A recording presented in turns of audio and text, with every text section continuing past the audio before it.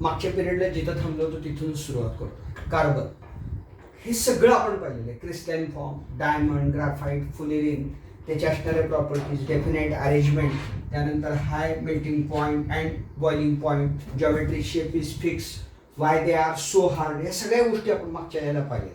आता आपण या ठिकाणी त्यानंतर फुलेरिन मध्ये असणारे सगळे घटक पाहिले. आता आपण नॉन क्रिस्टलाइन, क्रिस्टलाइन म्हणजे स्ट्रक्चर आहे, गॅरंटेड स्ट्रक्चर आहे, त्याला क्रिस्टलाइन असं म्हणायचं. नॉन क्रिस्टलाइन म्हणजे स्ट्रक्चर नाही, अमॉर्फस. नॉन क्रिस्टलाइन और अमॉर्फस म्हणजे पावडर स्वरूप, या पद्धतीने लक्षात घ्यायचं. तर याच्यामध्ये आपल्याला नॉन क्रिस्टलाइन आणि अमॉर्फस मध्ये विचार करत असताना कोल सगळ्यात महत्त्वाची गोष्ट, त्याचा विचार करायचा आहे. चारकोल आणि कोक या तीन गोष्टींचा जर विचार आपण केला तर निश्चितपणे या ठिकाणी आपल्याला लक्षात येईल की नॉन क्रिस्टलाइनचं पूर्ण स्ट्रक्चर आपल्याला या ठिकाणी होईल. परत कोलमध्ये पीट, लिग्नाइट, बिटुमिनस कोल आणि अँथ्रेसाइट हे तीन प्रकार, हे चार प्रकार आहेत, त्याचा विचार या ठिकाणी आपल्याला करायचा आहे. पुस्तकामध्ये पान नंबर 142 वर या सगळ्या आकृत्या तुम्हाला दिलेल्या आहेत. एकदा काळजीपूर्वक आकृत्या पाहून घ्या. The arrangement of the carbon atom in this form is not regular. वैशिष्ट्य काय आहे? अरेंजमेंट कशी आहे? नॉट रेग्युलर आहे. इथे रेग्युलर आहे, डेफिनेट अरेंजमेंट आहे.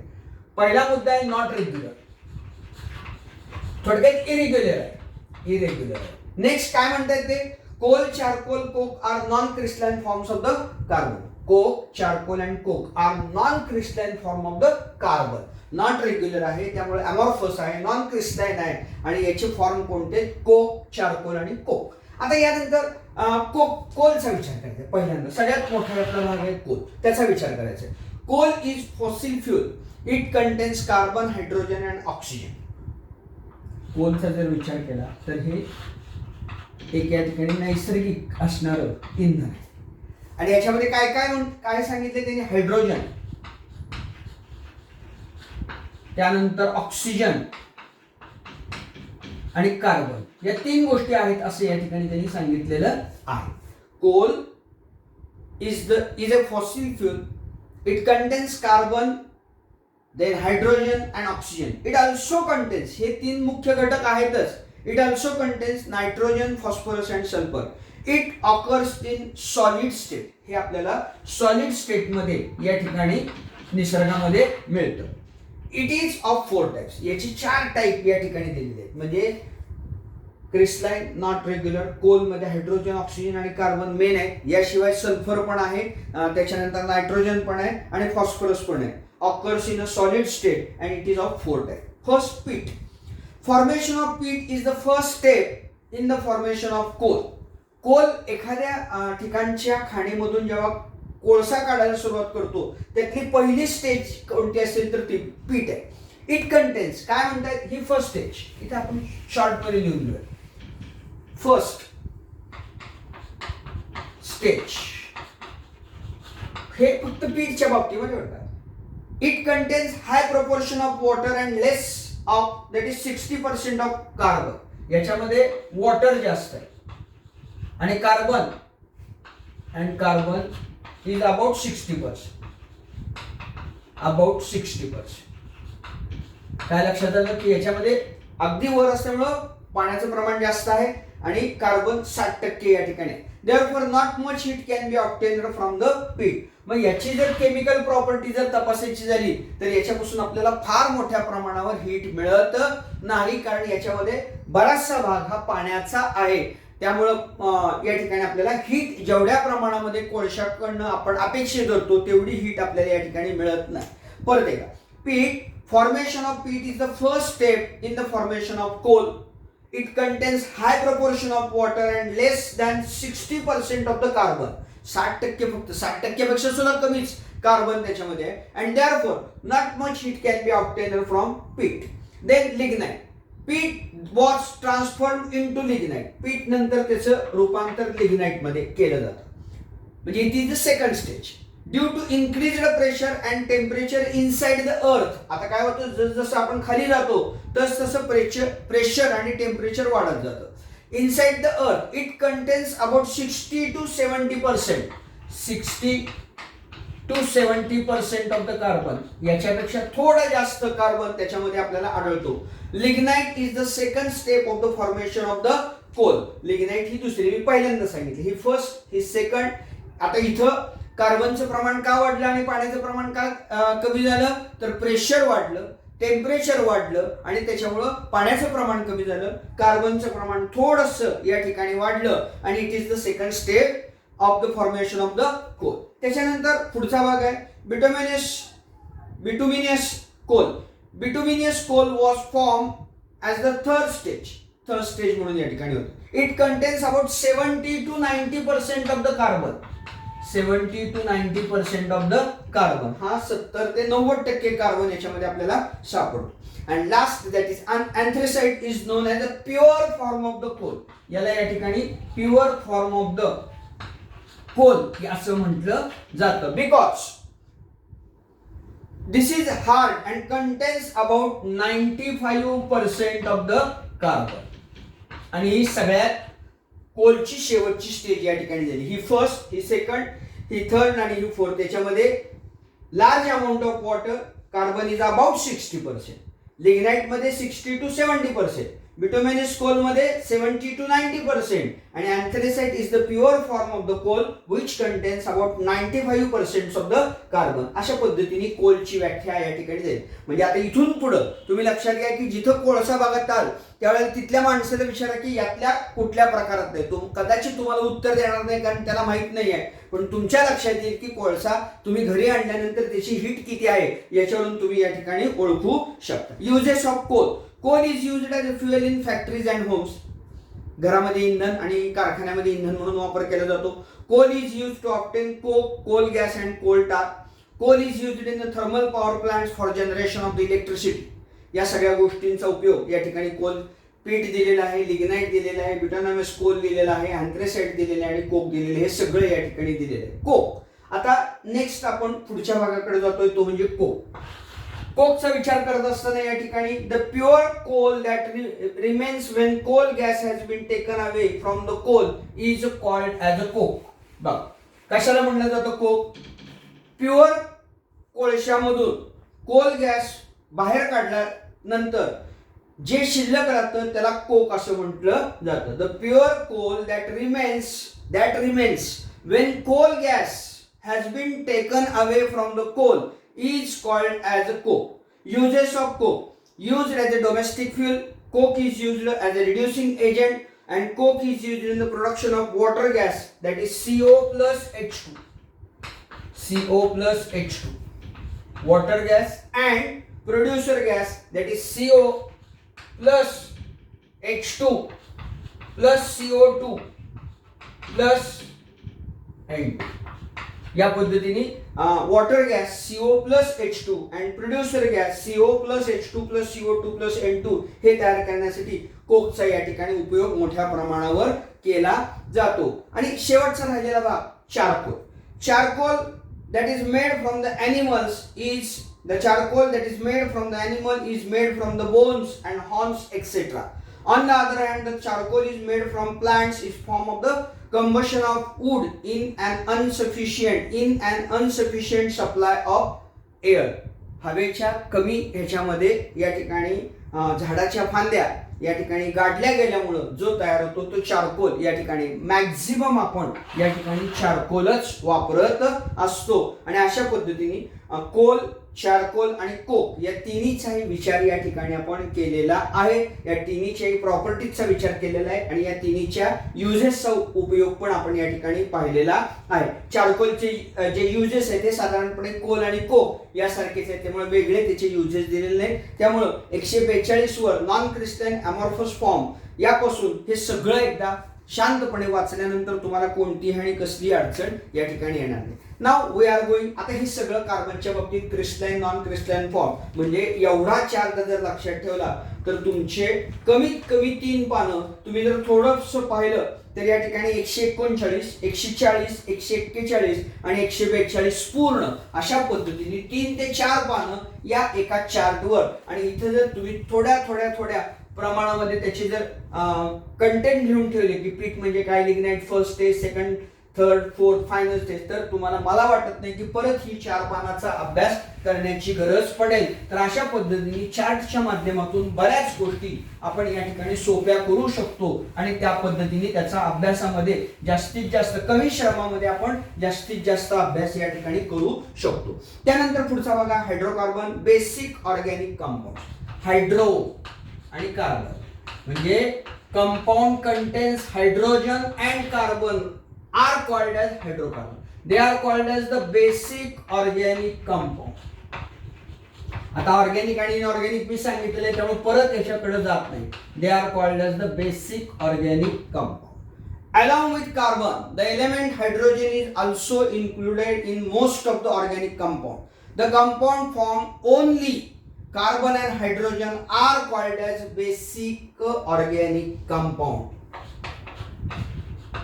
Hydrogen and oxygen, hydrogen and carbon, carbon only carbon असतील तर त्याला ऑर्गॅनिक कंपाऊंड म्हणतो. आणि हायड्रोजन आणि कार्बनचं जर कंपाऊंड तयार झाले ओनली बरं का, फक्त हायड्रोजन आणि फक्त कार्बन, तर त्याला आपण हायड्रोकार्बन असं म्हणतो. द कंपाऊंड फॉर्म ओनली, हा शब्द महत्वाचा आहे, only carbon and hydrogen are called as a basic organic compound. These are also called as hydrocarbons. The electronic configuration of carbon is 2,4. हे आपण पाहिलेलं आहे. If 4 electrons are added to the second orbit of the carbon, its octet becomes complete and its electronic configuration becomes stable, like that of the nearest inert gas neon. आता याच्यामध्ये जर 4 electron add केले तर याची पहिली कक्षेमध्ये पहिल्या शेलमध्ये 2 आणि दुसऱ्या कक्षेमध्ये 8 आणि हे निऑनशी रिसेंबल करतात. पुढे तुम्हाला पुढच्या वर्षी शिकायचे periodic table. Neons like the nearest inert gas, याला राजवायू असं म्हणतात, neon. Therefore the valency of carbon is 4, कारण या ठिकाणी 4 एलिमेंट आपण दिलेले आहेत. However, this occurs by sharing of electron rather than give take of electrons. आता ही 4 व्हॅलेन्सी त्याची ज्या वेळेला तयार करत असतो तो देण्यात किंवा घेण्यापेक्षा शेअरिंग मध्ये जास्त विश्वास ठेवतो. In other words, a carbon atom can form 4 covalent bonds with other carbon atoms और atoms of the different element. त्यामुळे हा काय करतो, हा सेंटरला राहतो, 1 2 3 4 अशा पद्धतीने 4 बॉन्ड तयार करतो आणि या ठिकाणी स्टेबल होण्याचा प्रयत्न करत असतो. When carbon atom shares 1 electron with 4 hydrogen atom, it forms CH bond, a methane molecule is formed. For example, when carbon आणि इथे एक हायड्रोजन, इथे एक हायड्रोजन, इथे एक हायड्रोजन, इथे एक हायड्रोजन. आता याचं जर इलेक्ट्रॉनिक स्ट्रक्चर पाहिलं तर शेवटच्या कक्षेमध्ये 4 इलेक्ट्रॉन आहेत, म्हणजे इथे एक इलेक्ट्रॉन झाला, इथे एक इलेक्ट्रॉन झाला, इथे एक इलेक्ट्रॉन झाला, इथे. हायड्रोजनच्या बाबतीमध्ये काय आहे, इथे एक इलेक्ट्रॉन आहे, हायड्रोजनचा इथे एक आहे, इथे एक आहे, इथे एक आणि इथे, आणि या दोघांचं एकत्रीकरण होऊन एक एक बॉन्ड तयार होतात आणि CH4 हे इनिशियल या ठिकाणी मॉलिक्युल तयार होते, which is known as a methane. Methane तयार झालेला आपल्याला आढळतो की ज्यामध्ये CH बॉन्ड या ठिकाणी झालेला असतो. हा बॉन्ड तुम्ही या पद्धतीने दाखवू शकता, CH बॉन्ड, CH4 आणि याला मिथेन असं नाव दिलेलं आहे. Properties of the covalent bond, आणि हा बॉन्ड जो आहे हा कोव्हॅलंट बॉन्ड म्हणून ओळखला जातो. Covalent bonds have low melting point and boiling point. Low melting point and boiling point. Then generally they are insoluble in water and soluble in organic compound. हे सगळे जे कोव्हॅलंट बॉन्ड पासून तयार झालेले element आहेत हे इनसोल्युबल इन वॉटर आहेत, परंतु सोल्युबल इन ऑर्गॅनिक सॉल्व्हंट्स मध्ये.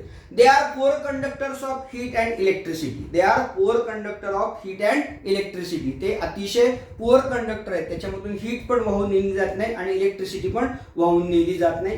These are the properties of the compound. इथं तुम्हाला दिलेलं आहे सगळं कशा पद्धतीने शेअरिंग होतं, structural formula and electronic dot molecule of methane. परीक्षेला आकृतीला हे विचारलं जाऊ शकतं. त्यानंतर सगळ्यात महत्त्वाची गोष्ट की जी पुढच्या वर्षी लागणार आहे, what is mean by saturated compound and unsaturated compound किंवा हायड्रोकार्बन्स याचा विचार करायचा आहे. A carbon exhibit a characteristic property. It can form a chain of carbon atoms by forming covalent bond with other carbon atoms. The hydrocarbon having only single bond between carbon atom are called as a saturated hydrocarbon. Hydrocarbon, there are 2 types. One that is saturated and other that is non-saturated. किंवा unsaturated.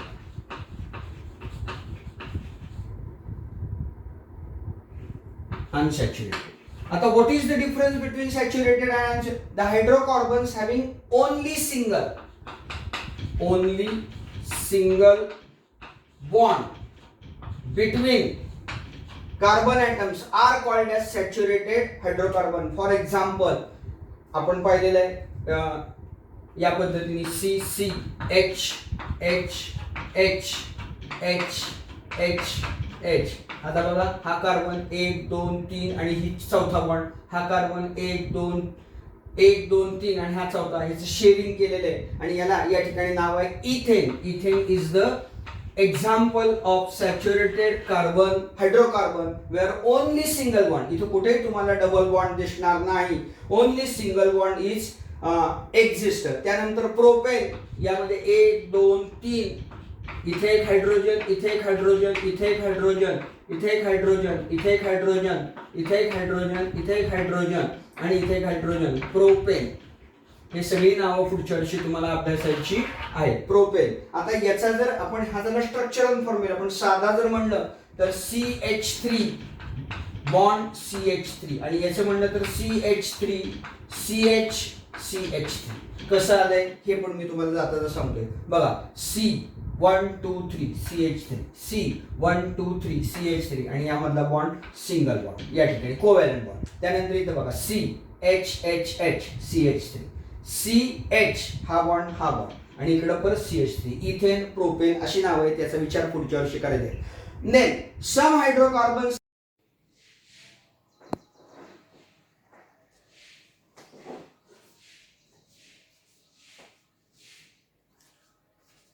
विद्यार्थी मित्रांनो, मागच्या वेळेला आपण saturated hydrocarbon या संबंधीची माहिती घेतली होती. या भागामध्ये आता आपण अनसॅच्युरेटेड हायड्रोकार्बन्स याची माहिती घेणार आहोत.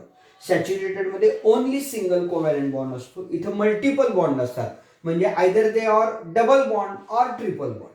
मग याचं उदाहरण काय आहे? सो पहिल्यांदा डेफिनेशनचा विचार करूया, नंतर उदाहरणाकडे जाऊया. Some hydrocarbons have a multiple bond between two carbon atoms. A multiple bond can be a double bond or a triple bond. Hydrocarbon having at least one double bond or triple bond. कमीत कमी आहे तो double किंवा triple. At least one double bond, one multiple bond are called as unsaturated hydrocarbons. अतिशय साधी आणि सोपी. Hydrocarbons having at least one multiple bond is called as unsaturated hydrocarbons. आणि इथं फक्त आणि फक्त सिंगल बॉन्ड. उदाहरण काय आहे या ठिकाणी? CH2CH2 structural formula CHH double bond CHH. बघा C 1 2 3 4 1 2 3 4 कार्बनच्या भोवती 4 हायड्रोजन्स या ठिकाणी आलेले आहेत. इथिन ETHENE इथिन आणि इथं बघितलं ANE आणि ENE. त्यामुळे या ठिकाणी लक्षात येतं की इथं हा सॅच्युरेटेड आहे आणि हा अनसॅच्युरेटेड आहे. त्याच पद्धतीने इथं प्रोपेनचं उदाहरण घेतलेलं आहे. इथं प्रोपीन PROPENE शेवटी 3 अक्षर बघायची ENE ANE बघा. म्हणून मी पर्पजली तीच उदाहरणं या ठिकाणी घेतलेली आहेत. CH3 CH CH2 CH3 CH2 double bond CH2. आता बघा या कार्बन भोवती 1 2 3 4 बॉन्ड झाले, 4 हायड्रोजन झाले. या कार्बन भोवती 1 2 3 4 1 2 3 1 2 3 4 झाले आणि या कार्बन भोवती 1 2 3 4 अशा पद्धतीने या ठिकाणी CH3 CH2 CH2 या पद्धतीने हे स्ट्रक्चर या ठिकाणी तयार होतं. तर सॅच्युरेटेड आणि अनसॅच्युरेटेड मध्ये आपल्याला डिस्टिंग्विश बिटवीन मध्ये जर आला तर त्याचं उत्तर आपल्याला लिहिता आलं पाहिजे किंवा डेफिनेशन म्हटली तर त्याचं उत्तर या ठिकाणी देता आलं पाहिजे. Next we are going to consider carbon monoxide. तर हे या ठिकाणी शॉर्ट मध्ये ते लिहून ठेवलं तरी चालेल. त्यानंतर पुढचा भाग आहे कार्बन डायऑक्साईड. आता आपण माहिती आहे की फोटोसिंथेसिस मध्ये या ठिकाणी कार्बन डायऑक्साईड वायू या आपण विचार केलेला आहे. त्याच पद्धतीने आपण जे श्वासोश्वास घेतो त्याच्यामध्ये कार्बन डायऑक्साईड वायू बाहेर टाकतो आणि ऑक्सिजन वायू आत घेतो, त्यामुळे कार्बन डायऑक्साईड वायू माहित नाही असं आपल्याला नाहीये. मग कार्बन डायऑक्साईडच्या बाबतीमध्ये काय आहे, कार्बन डायऑक्साईड याचा अभ्यास करत असताना पहिलं काम याचं आपल्याला मॉलिक्युलर फॉर्म्युला CO2 कार्बन आणि ऑक्सिजन, CO2 हा मॉलिक्युलर फॉर्म्युला झाला. मॉलिक्युलर मास या ठिकाणी जर विचार केला तर ते या ठिकाणी 44 आपल्याला मिळतं. आणि मेल्टिंग पॉइंट, याचा मेल्टिंग पॉइंट हा -56.6 डिग्री सेल्सिअस. या तीन गोष्टी आपल्याला या ठिकाणी महत्वाच्या कार्बनच्या बाबतीमध्ये सांगता येतात. आता याचा ऑकरन्स कुठे आहे, सापडतो कुठं, carbon dioxide occurs in air in a free state. Air मध्ये तो फ्री स्टेट मध्ये आढळतो to the extent of about 0.03%. आपण कार्बनचं प्रमाण वाढालेलं आहे आणि हे घातक आहे, ग्लोबल वॉर्मिंगचा हा इशारा आहे असं आपण पेपरमध्ये न्यूजमध्ये वाचत असतो.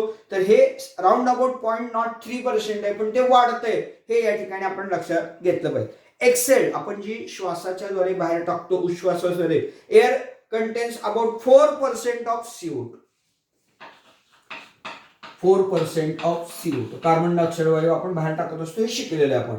CO2 is present as a salt in a chalk and Shabat tiles, marble, limestone. CO2 is given out in a combustion of wood and fossil fuel coal. ज्यावेळेला आपण लाकडं किंवा नैसर्गिक साधन संपत्तीचं जाळतो किंवा त्याला पेटवतो त्यावेळेला त्याच्यातून कार्बन डायऑक्साईड वायू बाहेर पडलेला आपल्याला आढळून येतो. तर अशा पद्धतीने हे सर्व कार्बन डायऑक्साईडचे ऑकरन्स या ठिकाणी आपल्याला सांगता येतात. त्यानंतर पुढचा भाग आहे, त्या प्रयोगाचा तर विचार आपण सध्या करणारच नाही आहे. Physical and chemical properties of the carbon dioxide. आणि त्या प्रॉपर्टीचा ज्यावेळेस आपण विचार करतो तर त्या प्रॉपर्टीज आपल्याला या ठिकाणी सांगतात की तो कलरलेस आहे, ऑर्डरलेस आहे. त्यानंतर या ठिकाणी त्याचा मेल्टिंग पॉइंटचा विचार केला. त्याच्यानंतर या ठिकाणी आपल्याला युनिव्हर्सल इंडिकेटर मध्ये जर कार्बन डायऑक्साईड वायू आपण किंवा कार्बन डायऑक्साईड मध्ये युनिव्हर्सल तर येलो ऍसिडिक वीक ऍसिड आहे तो, आणि solubility in H2O of carbon dioxide is less. या पद्धतीने त्याच्या माहिती या ठिकाणी आपल्याला मिळतात, प्रॉपर्टीज आपल्याला या ठिकाणी मिळतात. अजून काही प्रॉपर्टीज आहेत का, तर sodium carbonate is form when carbon dioxide is passed through an aqueous solution. मी ॲक्वस सोल्युशन बद्दल सांगितलं की पाण्यातलं solution of sodium hydroxide. And sodium carbonate is nothing but washing soda. हे आपण आता सध्या पाहतोच आहे, त्यामुळे त्याच्याबद्दलची माहिती आपण घेतलेली आहे. याची केमिकल रिएक्शन जर विचार केली तर twice NaOH sodium hydroxide plus carbon dioxide CO2 that gives Na2CO3 plus H2O. तर अशा पद्धतीची रिएक्शन असते, ही परीक्षेत विचारली जाऊ शकते. त्यानंतर sodium bicarbonate is form on passing CO2 through an aqueous solution of sodium carbonate.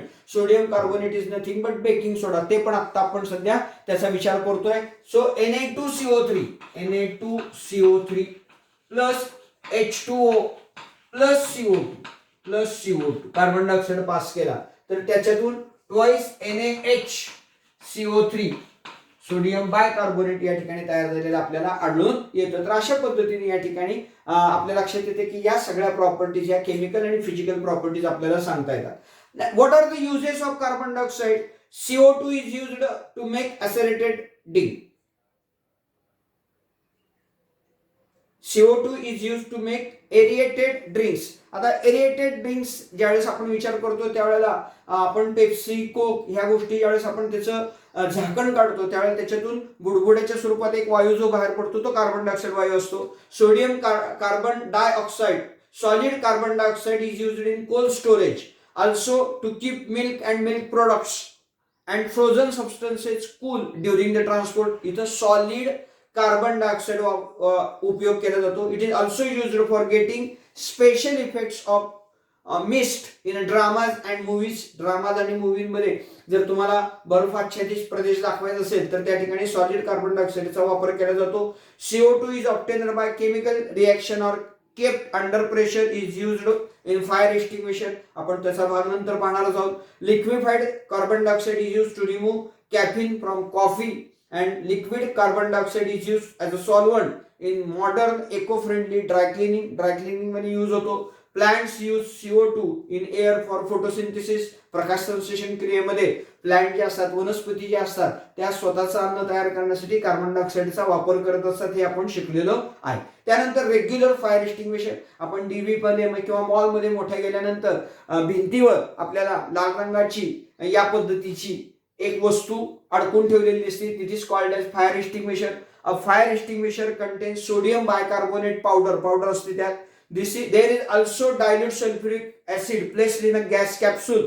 The capsule breaks on pressing the knob and sulfuric acid comes in contact with sodium bicarbonate and to react chemically to release carbon dioxide which comes out. त्याच्यावर एक knob असतो, त्या नॉबच्या खाली एक capsule असते आणि त्या capsule मध्ये या ठिकाणी डायल्यूट सल्फ्युरिक ऍसिड ठेवलं जातं आणि सोडियम बायकार्बोनेट हे पावडरच्या स्वरूपामध्ये ठेवलं असतं.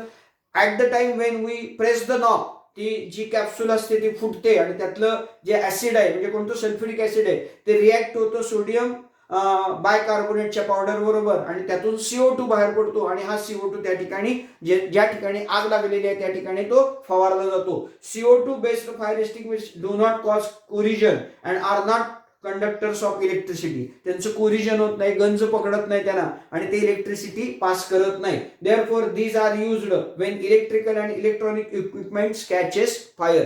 ज्या वेळेला एखाद्या ठिकाणी इलेक्ट्रिकल किंवा इलेक्ट्रॉनिक्स वस्तू आग लागते त्यावेळेला हे फायर एक्सटिंग्विशर मोठ्या प्रमाणावर वापरले जातात. त्याचं उदाहरण, त्याची आकृती दिलेली आहे, नॉब दिलेले आहे, कॅप्सूल दिलेले आहे, सल्फ्युरिक ऍसिडची कॅप्सूल दिलेली आहे आणि NaCO3 powder of sodium carbonate हे दोन एकत्र होतात आणि कार्बन डायऑक्साईड त्यातून रिलीज होतो. त्यानंतर CO2 based fire extinguishers are used in to extinguish small scale fire. पण ही छोटी आग आटोक्यात नेण्यासाठी, मोठ्या आगीसाठी याचा फार उपयोग आहे. It is beyond their capacity to extinguish a big fire. In modern fire extinguisher, liquid and solid CO2 is filled under pressure. On reducing the pressure, it becomes gaseous and comes out forcefully through the horn-like hose pipe. नवीन जे fire extinguisher आलेले आहेत त्याच्यामध्ये direct carbon dioxide हा प्रेशरच्या खाली त्या ठिकाणी ठेवला जातो आणि त्याच्यावरचं प्रेशर रिड्यूस केलं की तो गॅसमध्ये रूपांतर होतो आणि कम्स आउट, म्हणजे अशी केमिकल रिएक्शन करण्याची तिथं भानगड पडत नाही. So what is the chemical reaction here? So twice NaHCO3 plus H2SO4 that gives Na2SO4 plus twice H2O plus twice CO2 आणि हा गॅस कार्बन डायऑक्साईड म्हणून रिलीज होतो आणि त्या ठिकाणी आग विझवण्याचं काम करतो. Nowadays many types of fire extinguishers are used. Collect more information about the way CO2 is used to them to extinguish a fire. याच्यानंतर पुढचा भाग आहे मिथेन, मॉलिक्युलर फॉर्म्युला आणि मॉलिक्युलर मास याचा या ठिकाणी आपल्याला विचार करायचा आहे. हा झाला कार्बन डायऑक्साईडच्या बाबतीमध्ये. आणि त्याच्यानंतर आता पुढचा भाग, हे सगळे या ठिकाणी कार्बन कंटेन असणारे एलिमेंट आहेत किंवा कंपाऊंड्स आहेत आणि त्याचा विचार करायचा आहे. मिथेन हा ऑर्गॅनिक केमिस्ट्री मधला महत्वाचा असणारा घटक या ठिकाणी आपल्याला सांगता येतो. मिथेनच्या बाबतीमध्ये त्याचा जो मॉलिक्युलर फॉर्म्युला आहे तो CH4 आहे. स्ट्रक्चरल फॉर्म्युला या पद्धतीने त्याचा दिला जातो, परीक्षेच्या दृष्टीने महत्वाचा आहे आणि याचं मॉलिक्युलर मास हे 16 इतकं दिलेलं आहे. तर या पद्धतीने या ठिकाणी आपण या दोन गोष्टी, याचा ऑकरन्स कुठे आहे? Methane occurs in a natural gas to extent of 87%. तो हवेमध्ये नॅचरल गॅसच्या स्वरूपामध्ये आहे आणि तो जवळजवळ 87% इतका तो नॅचरल स्टेट मध्ये आपल्याला आढळतो. Decomposition of organic matter in absence of air produces methane. आता मिथेन कधी तयार होतो? ऑर्गॅनिक कंपाऊंड जे आहेत, मॅटर्स जे आहेत, त्याचं डिकम्पोजिशन कमीत कमी हवेमध्ये in absence of air, zero air मध्ये जर होत असेल तर त्या ठिकाणी मिथेन तयार होतो. Methane is present in a biogas, त्याचाही विचार आपल्याला पुढे करायचा आहे. Methane is also found in a coal mines, कोळशाच्या खाणीमध्ये. Methane is found at the surface of marshy places which is why it is also called as a marsh gas. या मॉर्सी places जे असतात त्या ठिकाणी हा सापडतो, त्यामुळे याला मार्श गॅस असं सुद्धा म्हटलं जातं. On heating a mixture of hydrogen and carbon monoxide gas at 300 degree Celsius in the presence of nickel as a catalyst methane gas is form. Methane gas कसा तयार केला जातो? हायड्रोजन आणि कार्बन मोनॉक्साइड गॅसेस हे जर 300 degree सेल्सिअसला तापवले आणि त्या ठिकाणी निकेल हा कॅटलिस्ट वापरला तर तो मिथेन गॅस तयार करतो. Fractional distillation of natural gas gives methane in a pure form. तर अशा पद्धतीने मिथेनचा ऑकरन्स आपल्याला मिळतो. मेल्टिंग पॉईंटचा विचार केला तर हा -182.5 डिग्री सेल्सिअस आहे. बॉइलिंग पॉईंट हा -161.5 आहे. It is a colourless gas आहे. त्यानंतर density of liquid methane is less than that of water. Methane is Sprüngli soluble in water. It is highly soluble in organic solvent like gasoline, ether and alcohol. Methane is in gaseous state at a room temperature. तर ह्या physical properties या ठिकाणी आपल्याला सांगता येतात. त्यानंतर पुढचा भाग आहे chemical properties of the methane. Methane is highly inflammable. It Burns bye reacting with oxygen two give bluish flame. In this reaction 230 kilocalorie per molecule of heat is given out. Methane burns completely. ही जी reaction होते ती कशी होते, CH4 plus twice O2 oxygen, कारण जाळतो म्हणजे आपण ऑक्सिजनशी reaction करतो, CO2 तयार होतो, ट्वाइस H2O त्या ठिकाणी तयार होतो आणि मोठ्या प्रमाणावर हीट तयार होते आणि अशा पद्धतीने हा गॅस पूर्ण जळलेला आपल्याला या ठिकाणी आढळून येतो. त्यानंतर chlorination. Methane and chlorine gas react with each other at the temperature of 250 degrees Celsius to 400 degrees Celsius in presence of ultraviolet light and form mainly methyl chloride, that is chloromethane and hydrogen chloride. This reaction is called as chlorination of methane. Chemical reaction क्या होते, CH4 plus chlorine gas Cl2 ultraviolet लाईटच्या presence मध्ये या ठिकाणी CH3Cl plus HCl आणि ही जी reaction आहे ही क्लोरोनेशन म्हणजे थोडक्यात मिथेन मध्ये क्लोरीन ऍड होतं आणि क्लोरोनेशन रिएक्शन या ठिकाणी तयार झालेली आपल्याला आढळून येते. Methane uses. Methane is in the form of natural gas is used in industry such as fabric mill, paper mill, food processing industry and petrol purification. Being the smallest hydrocarbon, the proportion of CO2 released in the combustion of methane is small and therefore it is used as a domestic fuel.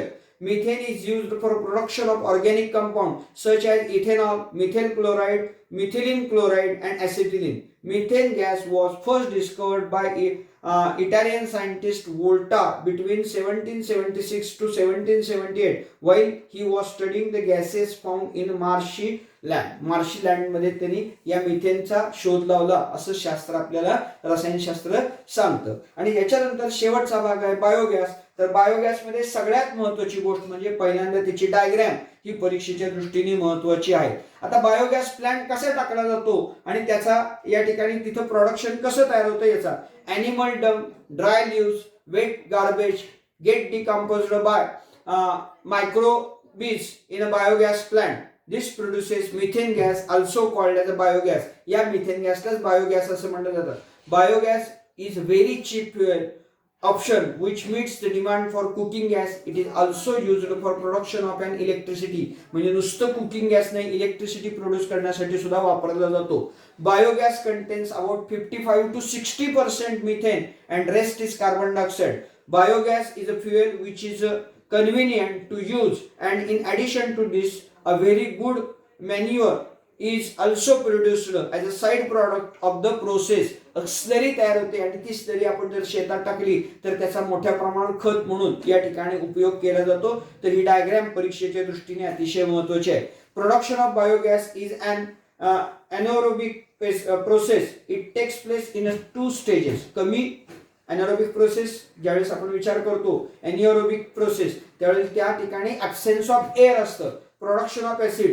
The microbes acts on a biodegradable complex organic compound and produces organic acid. And methane gas production. The methanogenic bacteria act as organic acid to produce methane gas. तर तो कसा तयार होतो CH3COOH that gives CH4 decompose केला जातो plus या ठिकाणी carbon dioxide वायू तयार होतो आणि हा मिथेन गॅस या ठिकाणी कुकिंग गॅस किंवा इलेक्ट्रिसिटी म्हणून, इलेक्ट्रिसिटी ॲज अ इलेक्ट्रिसिटी म्हणून वापरला जातो. तर अशा पद्धतीने या ठिकाणी आपण हे प्रकरण पूर्ण केलेलं आहे. राहिलेलं प्रकरण आपण ऑलरेडी वर्गामध्ये सुरू केलेलं आहे आणि तेही लवकरात लवकर या ठिकाणी पूर्ण होईल. तर अशा पद्धतीने हे सगळं या ठिकाणी अभ्यास जो आहे हा अभ्यास समजून घेण्यापेक्षा या ठिकाणी समजून घेण्यापेक्षा म्हणण्यापेक्षा समजून घेत तो तुम्हाला लक्षात ठेवावा लागणार आहे. यातल्या बऱ्याचशा रिॲक्शन या परीक्षेमध्ये तुम्हाला लिहाव्या लागणार आहेत आणि याच्यामध्ये या ठिकाणी आपल्याला महत्त्वाची गोष्ट त्याच्या physical properties, chemical properties, uses आणि ऑकरन्स या सगळ्या गोष्टी आणि तिथे होणाऱ्या केमिकल रिॲक्शन या परीक्षेच्या दृष्टीने महत्त्वाच्या आहेत. तर अशा पद्धतीने या ठिकाणी आपण कार्बन आणि इम्पॉर्टंट एलिमेंट हा जो पोर्शन होता किंवा आपला जो भाग होता तो या ठिकाणी पूर्ण केलेला आहे.